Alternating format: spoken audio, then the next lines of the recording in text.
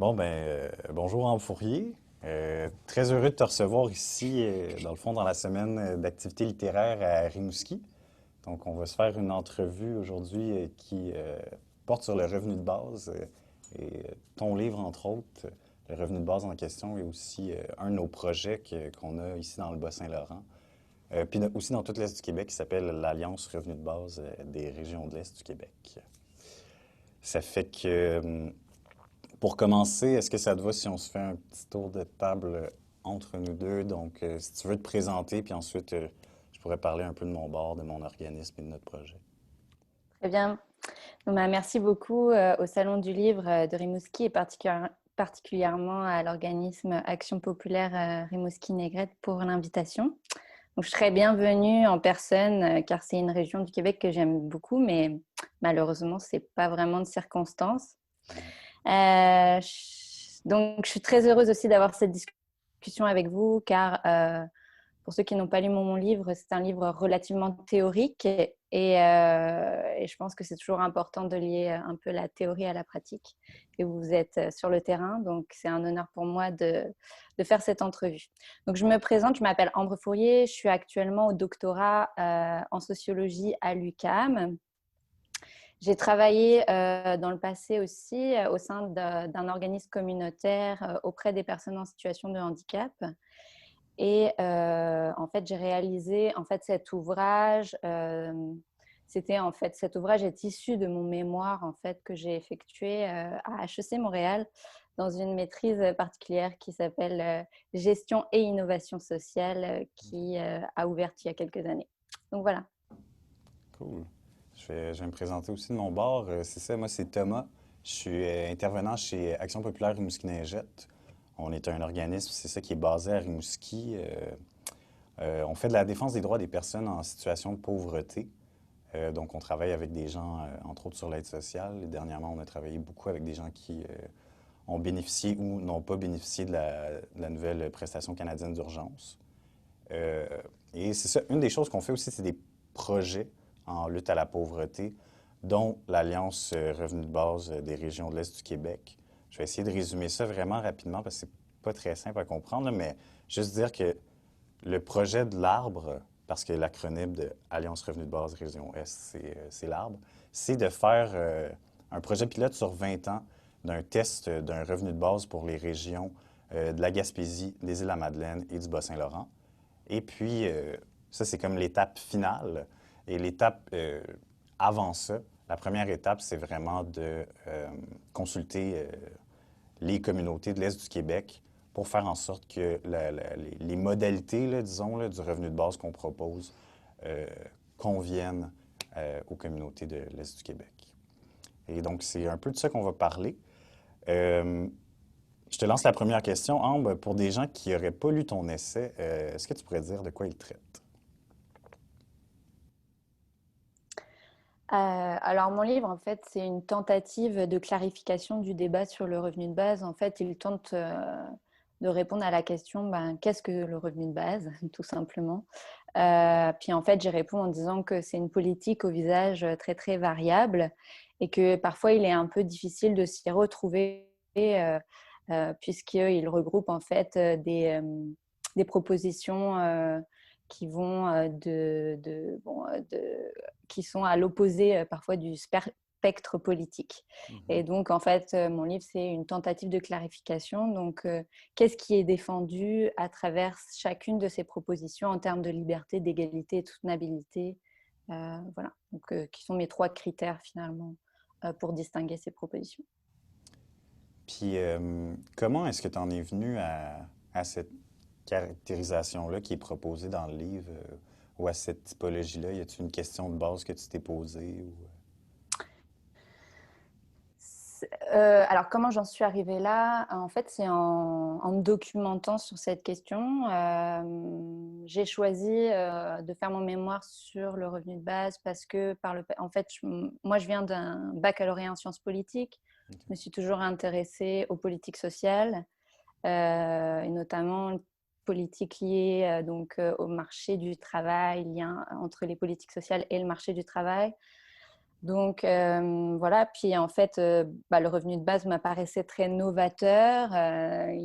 Il permettait de rebrasser les cartes, Mhm. etc. Puis, en fait, en épluchant un peu l'histoire de cette politique-là et qui l'avait défendue, je me suis dit, oh, c'est étrange, elle est défendue par des personnes qui n'ont rien à voir, finalement, qui n'ont pas de valeurs communes, en Mhm. tout cas très peu de valeurs communes, qui se retrouvent des valeurs très conservatrices, des valeurs très progressistes. Ouais. Donc, je me suis posé cette question et comment s'y retrouver. Je me suis dit que finalement, on ne pouvait pas être pour ou contre cette politique publique, que ça dépendait énormément des modalités d'application finalement de celle-ci. Donc, j'en suis arrivée à 4 grands types, en fait, à partir de 2 critères que j'ai trouvé très discriminants parmi l'ensemble des critères proposés, qui sont le montant, en fait, proposé et l'inconditionnalité. Ces 4 grands types, ce sont des types abstraits, hein, au sens weberien, donc ce sont des caricatures un peu de ce qui est proposé dans la réalité, mais ça peut permettre en fait peut-être de clarifier un peu le débat et puis d'amener véritablement, je pense, un réel débat démocratique sur cette question, au-delà de souvent comme c'est polarisé, hein, dans les médias entre pour et contre le revenu de base. Donc, Ouais. voilà. Ouais. Puis justement, j'ai pensé à une question là-dessus, là. Est-ce que tu penses que l'ambiguïté ou tu sais, la multitude de sens qu'on attribue au terme revenu de base, ça nuit à l'inspiration de projets pilotes comme le nôtre ou au contraire, ça le favorise? Alors, ça, c'est une question de plus de stratégie. Effectivement, c'est assez difficile, je dirais, de répondre à cette question. OK. Mais pour moi, qui étudie un peu dans le domaine de l'innovation sociale, j'ai l'impression qu'on peut associer finalement revenu de base et innovation sociale. Ce sont 2 grands termes valises un peu. Ouais. Par exemple, un exemple très concret, le terme innovation sociale a permis qu'à HEC se donne un cours sur la décroissance qui va à l'encontre, en fait, même des valeurs qui sont promues par l'école. Donc, il y a à la fois, ces mots valises permettent un peu d'y mettre ce qu'on veut. Et donc, je pense que c'est ça, il faut l'utiliser à bon escient. Et je pense que des organismes, par contre, comme le vôtre, doivent un peu sonner la sonnette d'alarme si, en fait, il y a trop de récupération politique à un moment donné sur le terme et dire « Ah non, c'est pas ça qu'on défendait, finalement, à travers cette idée-là ». Donc, c'est ça. Pour moi, c'est à double tranchant. Ça peut être un cheval de Troie néolibéral, comme aussi un espèce de mot valise qui permettent de faire avancer certaines idées qui paraissaient complètement utopiques, excusez-moi, il y a 5 ans, en fait. Tout juste 5 ans. Ouais, vraiment. Puis, tu sais, là-dessus, justement, faire avancer des idées, là, tu sais, notre groupe a été pendant longtemps un groupe qui travaillait en défense des droits des personnes à l'aide sociale. Et puis, c'est ça, l'aide sociale, tu sais, je pense, dans le débat public, pardon, c'est vraiment un terme qui est galvaudé. Tu sais, au niveau administratif, les lois qui entourent l'aide sociale, c'est des lourdeurs. Quand il y a des contestations administratives, c'est excessivement lent pour faire reculer une décision, tu sais. Donc, je pense qu'il y a aussi de tout ça là, dans le travail que les groupes comme les nôtres font là, pour essayer d'avancer. C'est innovant au sens, puis Mhm. en proposant quelque chose de nouveau, peut-être qu'on essaie de dépasser les Mhm. débats publics qui sont des fois un peu Mhm. c'est ça, sclérosés puis qui avancent pas beaucoup, là. Donc, ce Mhm. qui est le cas pour l'aide sociale, là, j'ai l'impression. Oui, puis d'élargir le débat aussi, je pense à... Souvent, c'est lié beaucoup à la réduction de la pauvreté, mais je pense que le revenu de base permet en fait de questionner beaucoup plus de choses que seulement la réduction de la pauvreté. Euh, il y a la justice sociale et puis même moi, c'est un peu en fait, comment j'en suis arrivée à traiter de cette question, c'est sur la question du travail en fait. Qu'est-ce que le travail, qu'est-ce qui ne l'est pas, dans une société capitaliste. Donc, il permet en fait de poser énormément de questions, je pense, aujourd'hui, et peut-être de sortir un peu du discours sur la pauvreté qui peut parfois un peu s'enliser, en fait. Ouais, c'est ça. C'est ça. Euh, Justement, j'ai une question sur le rapport au travail, là. Juste pour mettre en contexte un petit peu, il y a un de nos membres à l'Arbre qui s'appelle Martin Zibault, qui est citoyen et Mhm. qui teste un revenu de base, dans le fond. Donc, ça fait comme partie du projet pilote. C'est comme un tout petit projet dans le plus grand projet qu'on propose. Puis, ça fait que Martin, il reçoit l'équivalent de la mesure du panier de consommation pour le lieu où il habite, qui est Saint-Siméon, en Gaspésie. Donc, ça lui donne un chèque de 375 par semaine, ce qui fait environ 19 500 par année. Et puis, on demande en échange à Martin de comme, produire une réflexion sur l'apport de son revenu de base à sa vie. Puis, quand je discute avec Martin, c'est ça, je réalise que une des choses qui ressort le plus souvent, c'est qu'au lieu que l'enjeu principal de ses réflexions personnelles ou des discussions qu'il va avoir avec des gens de son entourage, ce soit euh, est-ce que ce montant-là réussit à couvrir mes besoins de base, c'est surtout la légitimité de recevoir ce montant-là qui ressort, tu sais. Mhm. Donc, puis moi, je m'y attendais absolument pas, là. Tu sais, quand on parlait avec Martin du fait qu'il allait recevoir le revenu de base, qu'il allait faire un test, euh, je pensais que ce qu'on allait évaluer au final, c'était comme 375 par semaine. Est-ce que c'est assez? Mhm. Mais tout ce qui ressort, c'est que Martin est comme, mais tu sais, toi, je te vois travailler, je vois les restes du monde. Il y a un autre groupe au Témiscouata qui travaille là-dessus. Vous autres, vous êtes là, vous travaillez, puis vous gagnez votre salaire, alors que moi, tu sais. Fait que c'est toute la légitimité d'avoir le droit à cette prestation-là qui. Puis pareil Mhm. pour les gens avec qui il parle du fait qu'il reçoit un revenu de base, tu sais, c'est comme. Il me disait, par exemple, qu'il avait. Il me semble qu'il s'était acheté un paddleboard, là, ou quelque chose comme ça, puis qu'un de ses voisins, il avait dit, ah, ben là, on sait bien, tu sais, toi, tu reçois un revenu de base, tu sais, tu peux t'acheter ton paddleboard, tu sais. Bref, c'est ça. Donc, ma question, c'est, est-ce que l'impact d'un revenu de base sur la transformation du rapport au salariat, ou du moins aux perceptions qu'on a des prestations sociales, ça Mhm. a déjà été étudié, documenté, dans tes recherches, est-ce que tu as déjà vu ça? Alors, par rapport au salariat, ben, en fait, les études et les expérimentations, je pense qu'ont montré, en tout cas, quand il y a eu en fait des tests d'impôts négatifs, c'est-à-dire qu'on sait pas des réels revenus de base, c'est-à-dire que c'est pas distribué à l'ensemble de la population, mais ça permet aux personnes qui sont sur l'aide sociale, donc qui gagnent en dessous d'un certain revenu, de pouvoir cumuler leurs prestations avec des revenus du travail. Ouais. On s'est rendu compte, ça a été le cas au Manitoba, ça a même été le cas lors des expérimentations américaines qu'il y a eu aux États-Unis dans les années 70, qu'il n'y ait pas eu de réduction du temps de travail significative OK. après la mise en place de ces prestations. Euh, donc ça, c'est souvent un peu la critique qu'on peut faire, mais les gens vont arrêter de travailler, etc. Alors oui, moi, après, je pense qu'au niveau des tests, il n'y a pas eu quelque chose de très significatif comme vous tentez de le faire en donnant un revenu relativement conséquent qui équivaut à la mesure du panier de biens de consommation à une personne pour voir bon, bah, comment son rapport au travail change, etc. Puis il Ouais. faudrait le faire, à mon avis, euh, au niveau d'un village ou minimalement, en tout cas, pour voir les relations sociales qui se transforment en fait grâce à Mhm. ce type de montant. Mais moi, je pense qu'effectivement, ça peut remettre en question le salariat. Puis le salariat, bon, je vais être assez radical, mais c'est un système d'exploitation. Donc, effectivement, puis en plus, on pourrait même grâce à ce montant-là, euh, se questionner sur qu'est-ce qu'on produit dans notre société, par exemple, et qu'est-ce qu'on choisit de produire. On a dernièrement parlé énormément du citoyen consommateur, mais on a très peu parlé du citoyen producteur.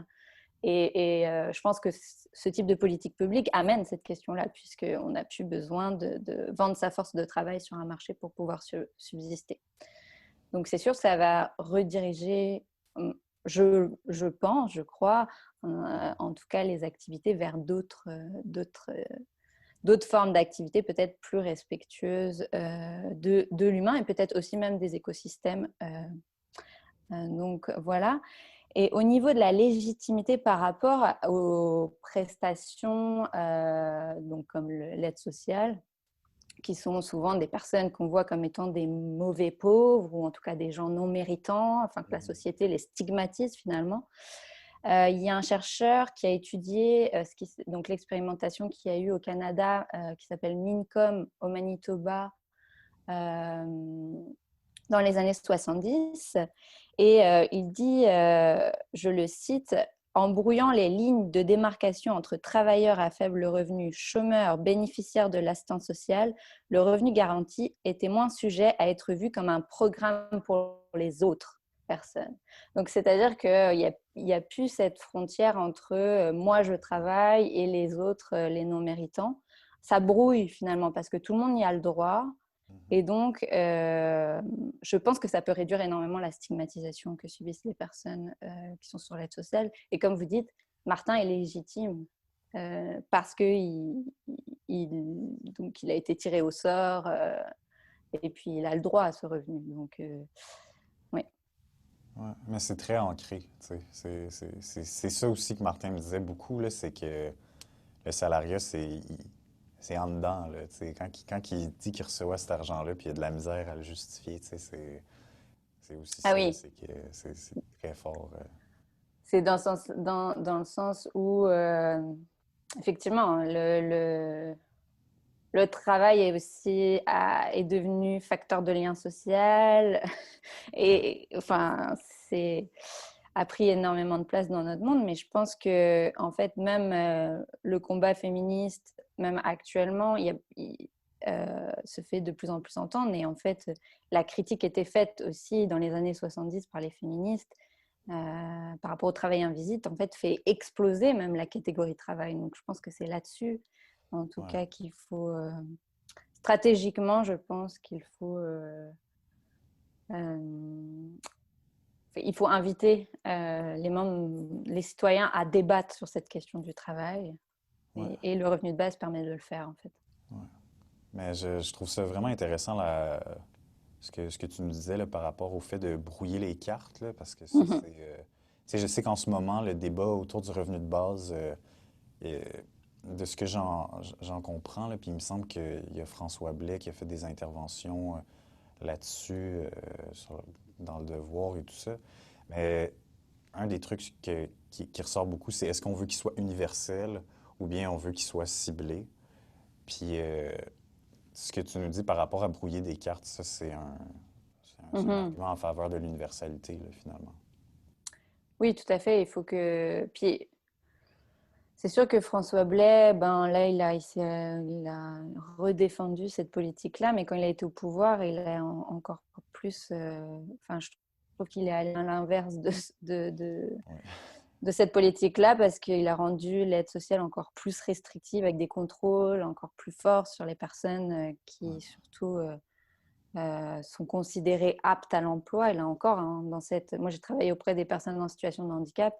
ouais, Entre les personnes qui sont aptes et celles qui sont considérées non aptes, il y a la démarcation est très très floue.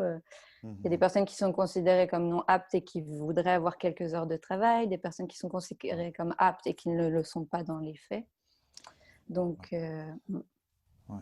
mais vous savez tout ça, excusez-moi. Ouais, c'est beaucoup de notre travail, là, en effet, là, c'est Ouais. les gens qui essaient de faire reconnaître leurs contraintes à l'emploi, là, parce que des gens qui ne le seraient pas, là, mettons, qui nous écoutent en ce moment, là, mais c'est que l'aide sociale est divisée en 5 catégories et on a droit à plus d'argent en fonction de si on est reconnu comme étant apte à l'emploi ou ayant une contrainte sévère à l'emploi, que si on ne l'a pas ou si on a une contrainte temporaire de reconnu à l'emploi.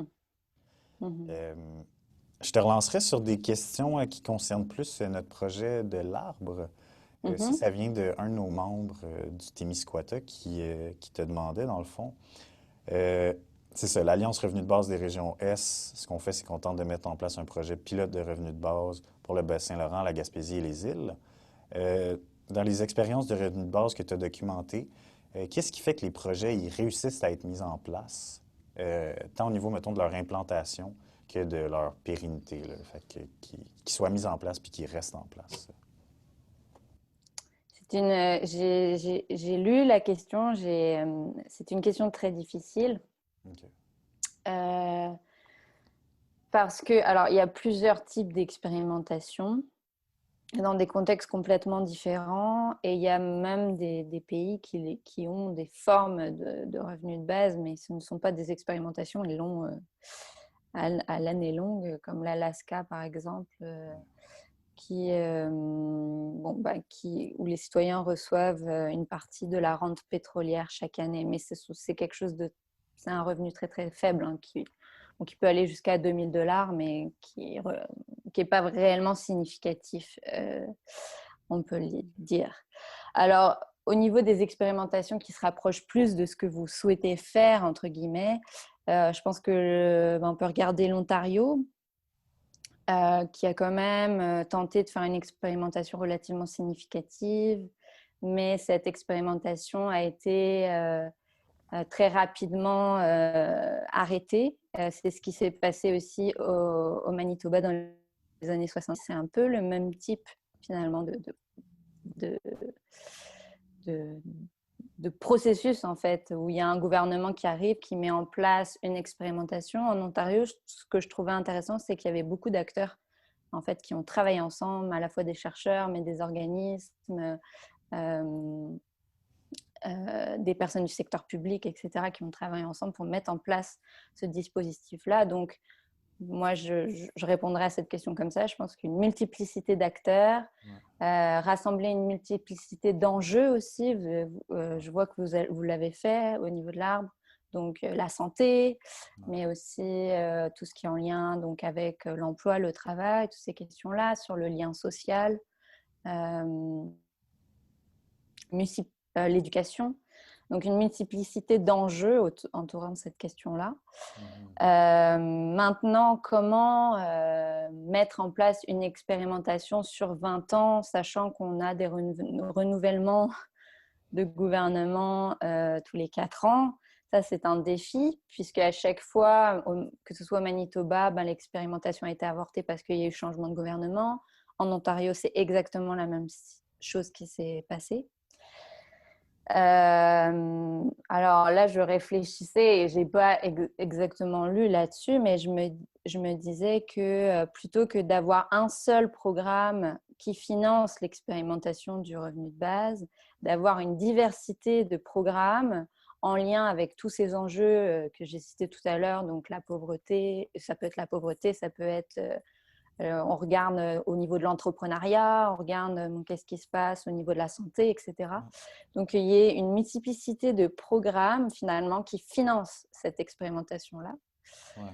Et pour pas que on coupe le budget de l'expérimentation, puis parce que le gouvernement suivant arrive et coupe le budget de l'expérimentation complet, C'est ça. Parce parce que que c'est... le financement a été réparti dans différents secteurs d'activité, je pense. Mais bon, Ouais. voilà comment je répondrai à cette question-là. Ouais, ouais, ouais. Mais c'est parce que dans le fond, c'est ce que tu as vu, là, c'est que la plus grosse menace face à ces projets-là, c'est vraiment le changement de gouvernement, puis un gouvernement qui n'est pas favorable.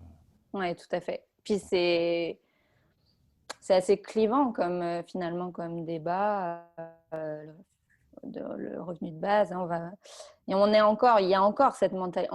Je pense qu'elle change, elle commence à changer. Et puis la prestation canadienne d'urgence peut-être a contribué encore plus à la faire changer. Mais il y a encore une partie de la population qui ne comprend pas qu'on reçoive un montant d'argent sans travailler. Et donc, il y a certains gouvernements, puis c'était les arguments de Doug Ford quand il a voulu supprimer cette expérimentation. Mm. Euh, je vais te lancer. Il me reste environ 5 minutes pour notre entrevue et beaucoup trop de questions. Fait que je vais essayer de t'en lancer deux, trois dans tout ça, mais Ouais, encore sur l'expérimentation, est-ce que tu crois qu'il y a une durée d'expérience qui fait en sorte qu'un projet peut mener à des réponses qui sont plus concluantes que d'autres? Comme justement, nous, à l'Arbre, on propose un 20 ans. Est-ce que est-ce que c'est un laps de temps Mhm. qui, pour justement des chercheurs, qui a plus d'allure, mettons, Ouais. qu'un an, 2 ans, 5 ans, tu sais? Mais en fait, moi, je suis pas spécialiste des politiques sociales en tant que telles, mais c'est sûr que de le faire sur une génération, on peut voir énormément de choses, même sur la génération suivante. Donc ça, c'est intéressant. Euh, la seule expérimentation qui normalement doit avoir lieu sur 20 ans, il me semble, c'est au Kenya actuellement, mais on est dans des contextes complètement différents. Et puis en plus, c'est un géant de la Silicon Valley qui finance en partie l'expérimentation. Donc on peut aussi se méfier de pourquoi il fait ça Ouais. dans des sociétés qui ne sont pas encore dépendantes du marché, en fait. Oui, il fait ça dans des villages reculés. Et donc, c'est sûr que, mais 20 ans, c'est beaucoup dans le sens où il faudrait que, bon, ben, il y a 5 gouvernements qui peuvent remettre en question en 20 ans cette expérimentation. Ouais. Mais c'est sûr que moi, pour moi, le plus important, ce serait aussi d'avoir un échantillon de saturation, c'est-à-dire que si, comme vous proposez, sur la région en général ou sur au moins une ville ou un territoire donné où tout le monde le reçoit, Ouais. en fait. Parce qu'actuellement, bon, les expérimentations qu'il y a même en Europe, hein, qui ont été autofinancées presque, c'est des individus un peu éparses. Et puis là, on ne peut pas regarder, en fait, qu'est-ce qui OK. au niveau du lien social, bon, bah, Ouais. qu'est-ce que ça crée? Est-ce que c'est des gens qui vont s'associer pour créer des coopératives de travail, d'autres formes d'organisation, en fait? Donc, c'est ça. Fait que c'est Mm. plus des données individuelles que ces expériences-là y ressortent. C'est ça. On ne sait pas, par exemple, au niveau du don contre don, qu'est-ce que ça peut créer. C'est ça que moi, je trouverais intéressant d'aller explorer aussi. Et donc, c'est pour ça que Mincom est intéressante parce que c'était vraiment fait sur la ville de Dauphin. Et, euh, et on pouvait regarder vraiment à l'échelle d'une ville, bon, bah, qu'est-ce que ça? Quelles étaient les conséquences, en fait? Mhm. Je te lance une autre question. C'est une question du public cette fois-ci. Donc, on a annoncé sur Facebook qu'on allait te recevoir en entrevue. Et puis, il y a une question qui en est ressortie, là. Je te la lis telle quelle pour être fidèle à ce que la personne voulait te demander. Mais voilà. Dans le contexte d'apathie politique auquel fait face la société québécoise depuis plusieurs années, croyez-vous qu'un projet tel que le revenu de base universel pourrait créer un engouement ravivant un certain désir politique au Québec, au même titre que la souveraineté à son époque? Alors, c'est sûr que, bon, je vais rappeler que je suis française. Je suis arrivée au Québec quand même en 2011. Donc, même si j'ai participé à 2012 un peu, etc., je me suis imprégnée un peu de l'histoire du Québec. C'est difficile pour moi, de manière un peu phénoménologique, de savoir quel était enfin, vraiment ce contexte de volonté d'indépendance ou en tout cas de créer une, une société, donc de se séparer finalement du Canada. Ouais. Mais euh,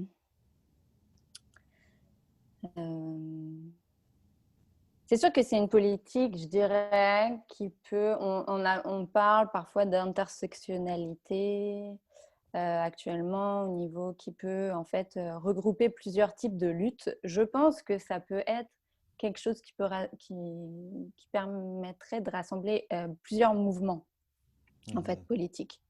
Donc, notamment les féministes, peut-être aussi les personnes actuellement qui sont racisées, qui occupent les emplois les plus précaires, qui n'ont pas accès au système de sécurité sociale. Hein. On parle des agences de placement, par exemple. Donc, je pense que c'est une politique qui peut rassembler énormément de combats, oui. Donc, en ce sens. Mais voilà, c'est comme ça que je Ouais. répondrai à la question. Énormément de combats, puis comme on se disait au début de l'entrevue, là aussi, énormément de positions politiques différentes, finalement, là, parce que ça semble charmer beaucoup de gens là, comme proposition. Mhm. Euh, Puis, comme dernière question, je te lancerai ça comme ça aussi. Euh, Selon toi, c'est quoi l'impact ouais, que l'instauration de la prestation canadienne d'urgence a eu sur... En fait, penses-tu que l'instauration de la prestation canadienne d'urgence a influencé le débat public sur le revenu de base? Et puis, de manière plus générale, comment vois-tu l'avenir pour le revenu de base?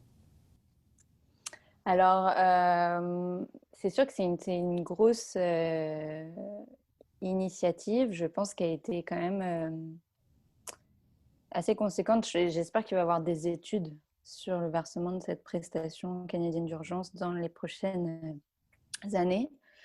Moi, personnellement, j'ai dû la demander, donc je suis allée sur le site. Alors, j'ai trouvé ça relativement simple à demander, donc ça, c'était quelque chose qui était très, très reposant par rapport au labyrinthe administratif auquel on est confronté habituellement. Mhm. Le problème, c'était qu'elle était encore restrictive, cette prestation canadienne d'urgence. Il y a encore des critères et il y avait un flou relatif sur ces critères-là finalement, parce que chaque situation est différente et ne cadre jamais dans un formulaire administratif. Ouais. Donc, mais par rapport à ça, je pense que il y a eu énormément de personnes qui l'ont touché à ce moment-là, ce qui a, par exemple, je sais qu'il y a des regroupements d'artistes actuellement qui se sont intéressés à la question du revenu de base, en partie à ce moment-là de la crise. Donc, j'ai l'impression que ça a ravivé le débat sur le revenu de base. Ouais. Et il y a eu un sondage dernièrement fait par un institut, mais c'est plus du côté de la côte ouest, OK. disait que 60% des Canadiens étaient favorables à un revenu de base.